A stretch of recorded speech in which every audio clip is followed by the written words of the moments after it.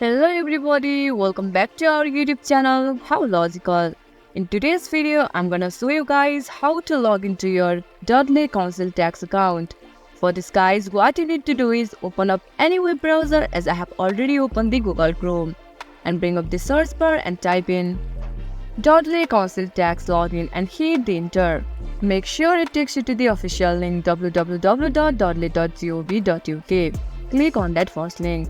Now at the top right of your screen you can see the login button.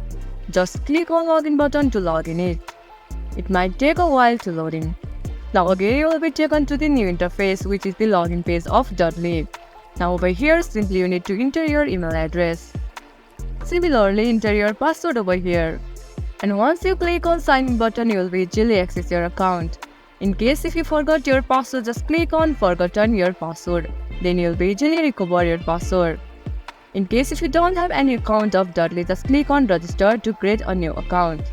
This much for today's video. If you guys find our video helpful, don't forget to give it a thumbs up and hit that subscribe button below for more content like this. And remember to turn on the notifications so you never miss the upload. I'll see you guys again in our next video. Thank you for watching.